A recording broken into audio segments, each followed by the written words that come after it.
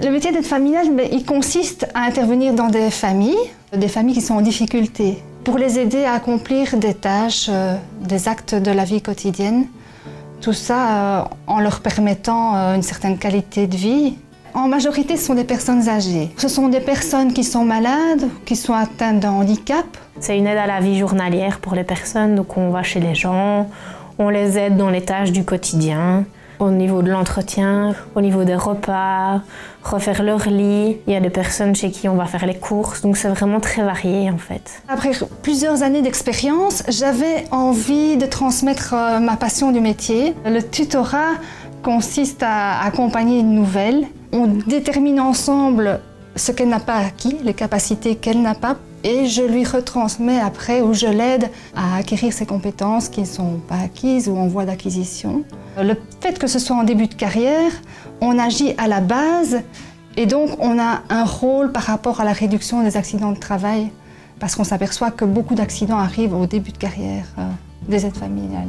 L'aide familiale, c'est quand même un métier d'avenir parce qu'il y a beaucoup de personnes qui sont en demande d'avoir une aide parce qu'ils n'ont pas forcément envie de quitter leur maison. Et ils ont envie de rester dans leurs habitudes, donc moi j'envisage de rester en aide familiale le plus longtemps que je pourrai. Les qualités d'une bonne aide familiale, il y en a beaucoup. Ça va du sens du contact à la capacité de communiquer, donc ça implique écoute, attention, analyse, dialogue.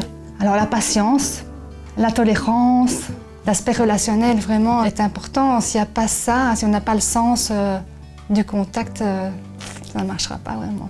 Il faut être quand même proche des personnes, il faut savoir les écouter aussi parce qu'il y a des personnes qui sont parfois seules et qui ont vraiment besoin de dialoguer. Essayer aussi qu'ils soient autonomes le plus possible. Voilà, il ne faut pas tout faire à leur place non plus. Ce qu'ils savent faire eux-mêmes, il faut les laisser faire. Le fait d'être au domicile, donc chez les bénéficiaires, ça me permet d'être vraiment vite intégrée et d'être vraiment proche du vécu des personnes, proche de leur histoire vécue. Et de ce fait-là, j'ai beaucoup plus de facilité à être efficace et à être créative dans mon métier.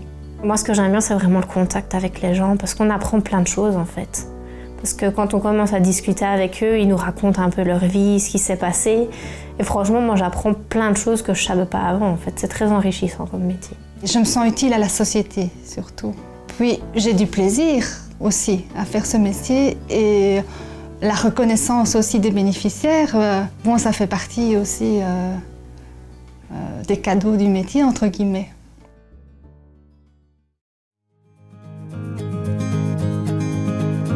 Une définition de l'accompagnement, c'est vraiment l'accompagner, oui, dans le bonheur, dans le malheur et essayer à chaque fois de remettre les situations, de dire « allez, quand je suis passée, la personne est contente ». C'est une grande aventure avec beaucoup de diversité dans le travail en fait. On n'est jamais routinier et on doit remarquer ce qu'il y a à faire en premier. Je vais dire, si on arrive où il n'y a plus rien dans le frigo, on sait qu'on va devoir aller faire les courses. Donc c'est vraiment faire une photo de la situation et de dire voilà, aujourd'hui, même si on vient pour le manger, pour la toilette ou autre, si aujourd'hui elle a plus besoin de parler, on va vraiment faire ça. C'est un travail d'équipe, même si on ne voit pas tout le temps nos collègues, mais ça veut dire qu'il y a toujours quand même une communication entre nous, parce que comme on ne va pas automatiquement tout le temps chez les mêmes bénéficiaires, on a un suivi, mais de collègues en fait qui disent cette personne-là, elle a un peu changé. Par exemple ici chez la dame, ça faisait bien 1 mois et demi que j'étais plus venue, quoi. Être familiale, la démence, c'est un peu moins physique, mais moralement, c'est très dur parce qu'on arrive dans des situations très lourdes. Il faut aimer les personnes, avoir une certaine discipline aussi et savoir où commencer et quand s'arrêter, quoi. Parce qu'il y a des bénéficiaires qui feront tout le temps demander de plus en plus et si on ne sait pas dire non, mon contrat s'arrête là, on peut se laisser manger un peu. C'est gratifiant de dire, on rentre chez soi, on se dit j'ai fait ma BA, quoi. Aujourd'hui, j'ai pu aider quelqu'un et voilà, quoi.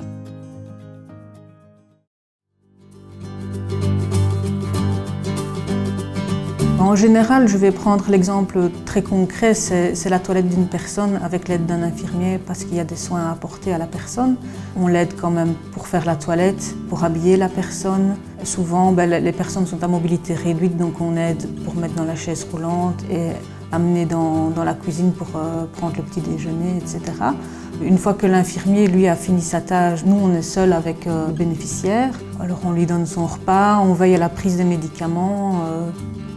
Le carnet de liaison entre collègues est très important. Pour la préparation des repas déjà, on peut noter ce qu'on a fait. Si il reste de la nourriture pour le lendemain ou le surlendemain, comme ça on ne donne pas 2 fois de suite la même chose. S'il y avait de la fièvre, si on a dû téléphoner à un médecin, un infirmier, on note ce qu'on a fait cette journée-là. On essaye d'être vraiment complet parce que toutes les petites choses ont leur importance quand même.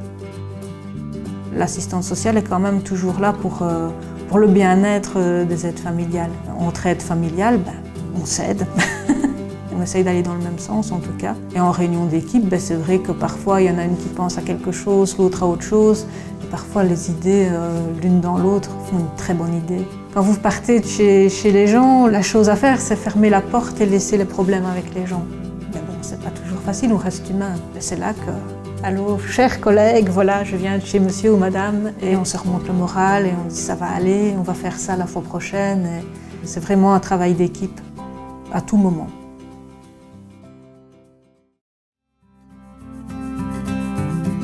J'avais vu dans le Vers l'avenir qu'il y avait des budgets d'assistance personnelle pour les personnes qui s'occupaient de leurs enfants à domicile, qui faisaient tout. Donc c'est-à-dire que l'enfant ne va pas dans un centre. Je lui ai expliqué que s'il veut rester à la maison, c'est comme ça. Et je pense qu'il l'a bien compris. Sans aide familiale, je ne sais plus faire quoi que ce soit, même marcher, parce que j'ai peur de tomber. Alors j'aime bien d'avoir quelqu'un qui m'accompagne, qui veille en quelque sorte sur moi. J'appelle qu'elle fait pour moi un jour ce que peu ont l'occasion de faire. J'avais une hémorragie, je baignais dans le sang dans un fauteuil. Elle m'a débarbouillé, elle m'a conduit à la clinique. Et merci que je vois Isabelle, avec un M majuscule. Pour moi, les aides familiales, je trouve qu'elles sont à leur place et je crois que leur formation leur permet d'évoluer positivement. Il y en a beaucoup qui s'élargissent, je veux dire, qui essayent de parler un peu avec Adrien ou lire une histoire ou alors écrire au tableau. Pour moi, elles sentent plus les choses et on dirait que c'est plus spontané chez elles de vouloir s'investir. Elle m'apporte du soleil dans ma solitude. Ce que je souhaiterais, c'est un peu plus de temps et qu'on engage davantage de monde si on veut que les vieux soient mieux. C'est un boulot d'avenir, mais il faut pour ça qu'on ait, c'est un grand mot, l'amour des autres.